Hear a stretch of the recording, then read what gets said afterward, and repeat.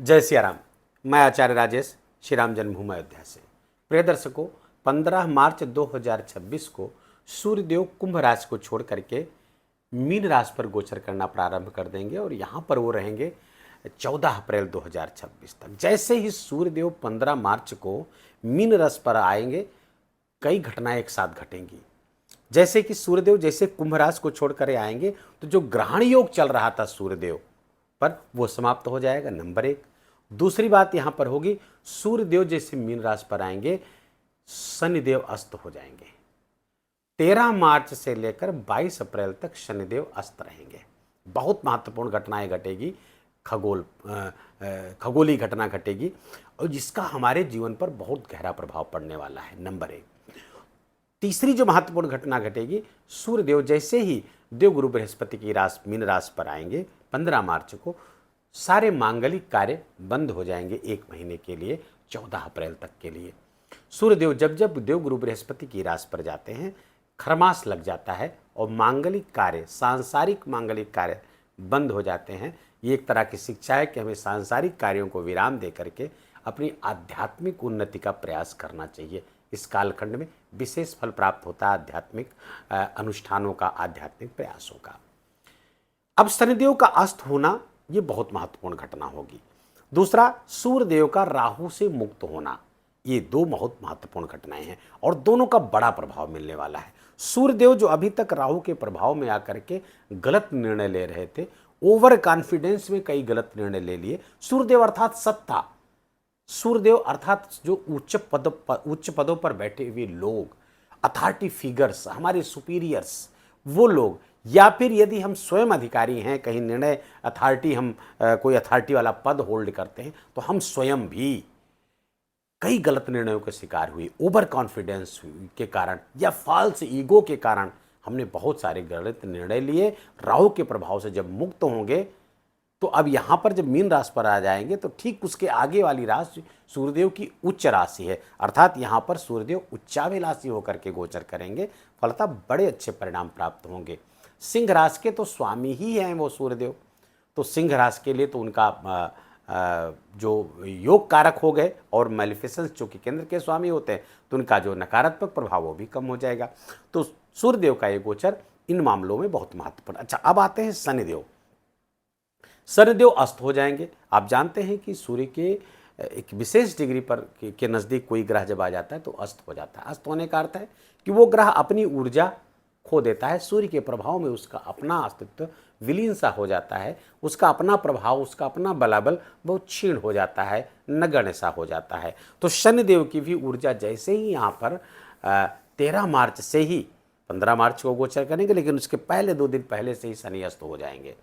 तो शनि के अस्त होते ही सिंह राशि के जातकों को ढैया से बड़ी राहत मिलने वाली है। जो ढैया आपको परेशान किए हुए थी, तमाम आर्थिक समस्याएं, मानसिक समस्याएं, पारिवारिक समस्याएं, हेल्थ की समस्याएं जो आपको परेशान की हुई थी, उसमें आपको बड़ी राहत मिलने वाली है। हालांकि ये राहत बहुत लंबी तो नहीं होगी, 22 अप्रैल तक ही शनिदेव अस्त रहेंगे, लेकिन जितने दिन तक रहेंगे आपको बड़ी राहत मिलने वाली। इस बीच कई बड़े फैसले आप ले सकते हैं अपने आगे बढ़ने के, क्योंकि शनिदेव का प्रभाव इस समय क्षीण हो जाएगा।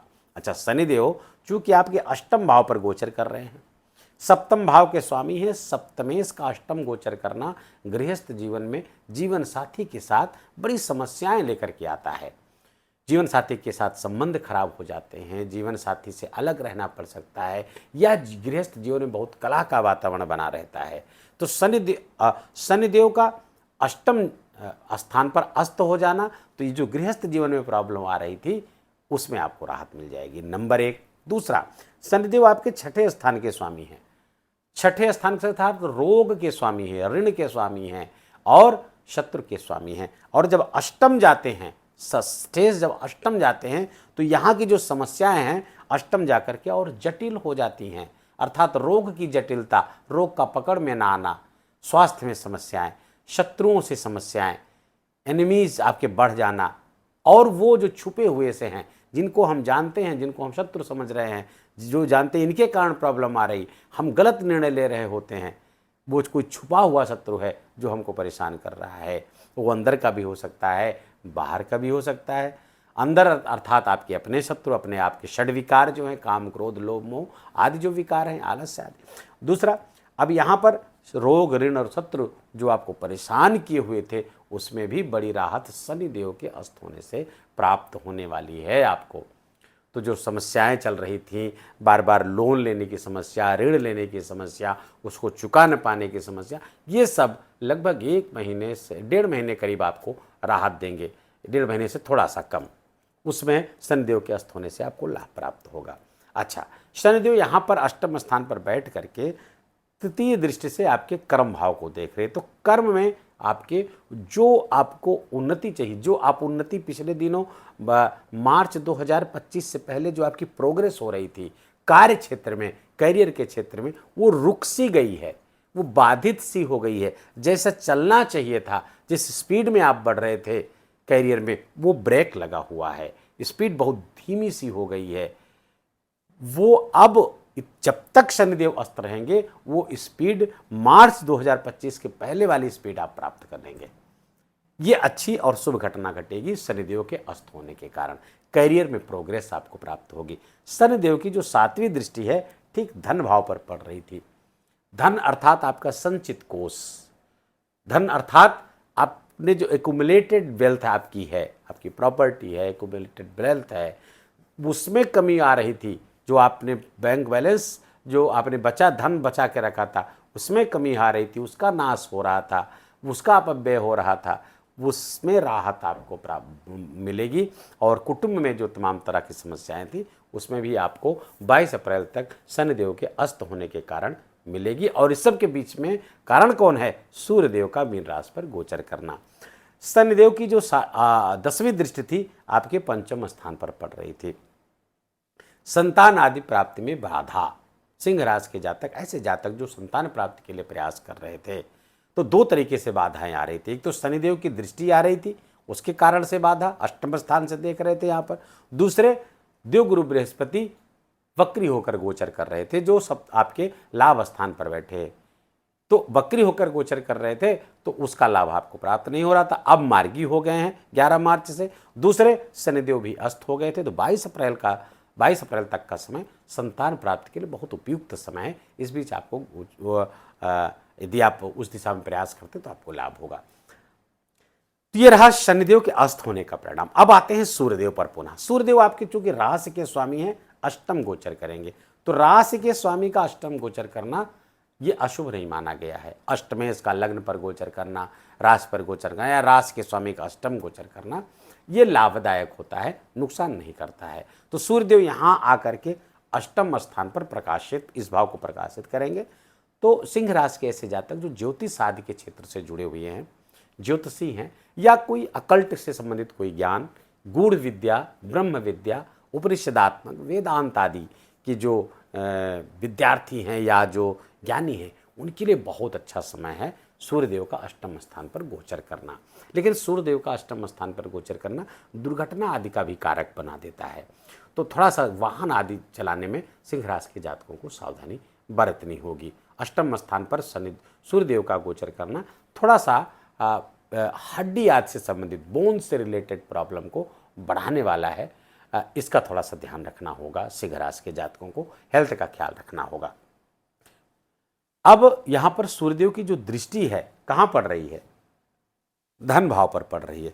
तो अष्टम स्थान से राशि के स्वामी अष्टम स्थान पर गोचर करना और यहां से धन भाव को देखना, अचानक धन प्राप्ति के योग बना रहे हैं। अचानक से कहीं से धन प्राप्ति के योग बनते हुए दिख रहे हैं, या अचानक से कोई लाभ, धन का लाभ, बैंक बैलेंस का लाभ, प्रॉपर्टी का लाभ, ये होता हुआ दिख रहा है। लेकिन वाणी को, अपनी बात करने की कला को थोड़ा सा कर्कश होने से बचाना है। कला के वाणी में कोई विकार, कोई ऐसा ऊर्जा के कारण, अत्यधिक ऊर्जा के कारण, क्योंकि ऊर्जा का निक्षेप वाणी पर होगा यहाँ पर, तो खाने पीने का आपको फूड हैबिट्स का ख्याल रखना होगा। दूसरा, वाणी का बहुत संयम करके प्रयोग करना होगा, अन्यथा कलह का वातावरण बन सकता है सिंह राशि के जातकों का। सूर्यदेव आपके अष्टम स्थान पर गोचर करते हुए 2 नक्षत्रों पर गोचर करेंगे, उत्तराभाद्रपद नक्षत्र और रेवती नक्षत्र पर। उत्तराभाद्रपद नक्षत्र पर 16 मार्च से लेकर 31 मार्च तक गोचर करेंगे। उत्तरा भाद्रपद नक्षत्र बहुत शुभ नक्षत्र माना गया है, इच्छाओं को पूरा कराने वाला नक्षत्र है। 2 तारों का नक्षत्र है, ऊर्ध्वमुखी नक्षत्र है और इस नक्षत्र के स्वामी शनिदेव होते हैं और इसके अधिदेवता होते हैं अहिर्बुधन्य, परिवर्तन के कारक हैं अहिर्बुधन्य। इस नक्षत्र पर सूर्यदेव आएंगे और इस नक्षत्र का स्वामी चूंकि अस्त है तो सूर्यदेव यहाँ पर पूरे बलाबल में काम करने वाले हैं। तो सूर्यदेव अर्थात सत्ता, आप स्वयं, अथॉरिटी फिगर्स, हमारे देश के नेता, बड़े नेता, उच्च पदस्थ नेता प्रबोधन की अवस्था में होंगे। पिछले दिनों राहु के प्रभाव में आकर जो गलत निर्णय लिए हैं उन निर्णयों पर पछतावा करेंगे, उन निर्णयों को सुधारने का प्रयास करेंगे। जो गलत निर्णय हो गया उसका एहसास करेंगे कि हमने गलत निर्णय लिया।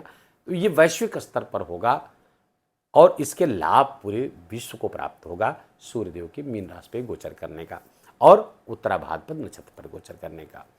दूसरा महत्वपूर्ण समय आएगा 31 मार्च से लेकर के 14 अप्रैल के मध्य में, जब सूर्यदेव रेवती नक्षत्र पर गोचर करेंगे। 32 तारों का नक्षत्र है, ये ऊर्ध्वमुखी नक्षत्र है, आगे बढ़ाने वाला, ऊंचा उठाने वाला नक्षत्र है और इस नक्षत्र के स्वामी कौन है? बुध देवता, बुध ग्रह।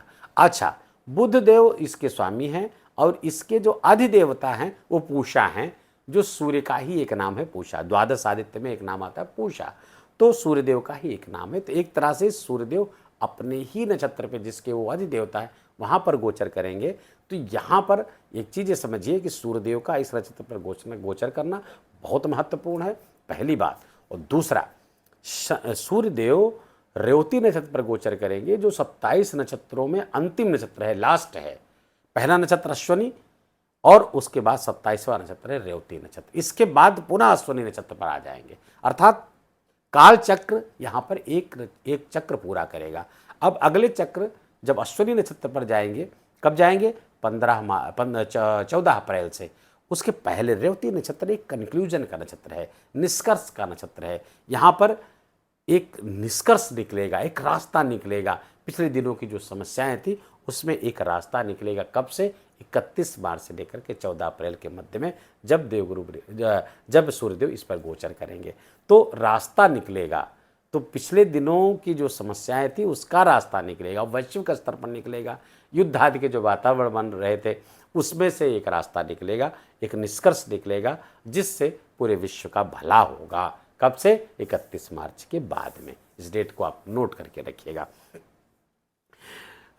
उपाय क्या करें? उपाय तो सबसे पहले तो शनिदेव का उपाय तो आप कर ही रहे होंगे, क्योंकि ढैया चल रही है। हनुमान जी की आराधना निरंतर करते रहें। शनिदेव के बीज मंत्रों का जप करें, ओम शम शनिश्चराय नमः या ओम प्राम प्रीम प्रम सा शनय नमः, इसमें से कोई भी आप एक मंत्र जप सकते हैं। दूसरा, चूंकि आपके राशि के स्वामी है सूर्यदेव, तो आपको निरंतर सूर्य भगवान की आराधना करनी चाहिए। सूर्योदय से पहले उठ जाएं, सूर्य भगवान को अर्घ्य दें, गायत्री मंत्र का जप करें और आदित्य हृदय स्तोत्र का पाठ करें, जरूर करें। सिंह राशि के जातकों के लिए बहुत अनिवार्य है। और सूर्य के बीज मंत्रों का भी जप कर सकते हैं। ओम गणेश सूर्य आदित्य ओम एक मंत्र ये है। दूसरा, ये जो सूर्योपनिषद में मंत्र आता है ओम गणेश सूर्य आदित्योम, दूसरा एक मंत्र है ओम गणेश सूर्याय नमः। जो भी आपको अनुकूल लगे इस मंत्र का आप जप करिए। वीडियो को यहीं विराम देंगे। वीडियो अच्छा लगा हो, आपके काम का लगा हो, मेरा बोलना आपका सुनना सार्थक हुआ तो कृपा करके इस वीडियो को लाइक करिएगा, अपनों के साथ शेयर करके उनको भी इसका लाभ दीजिए। कमेंट में जाकर के जय सिया राम लिखना बिल्कुल भी मत भूलिएगा। मेरा विशेष निवेदन, विशेष आग्रह आपसे। चैनल पर नए हैं तो इसको सब्सक्राइब कर लीजिए, बेल आइकन की घंटी दबा लीजिए। प्लीज़ अपना बहुत बहुत ख्याल रखिए। जय जय सिया राम।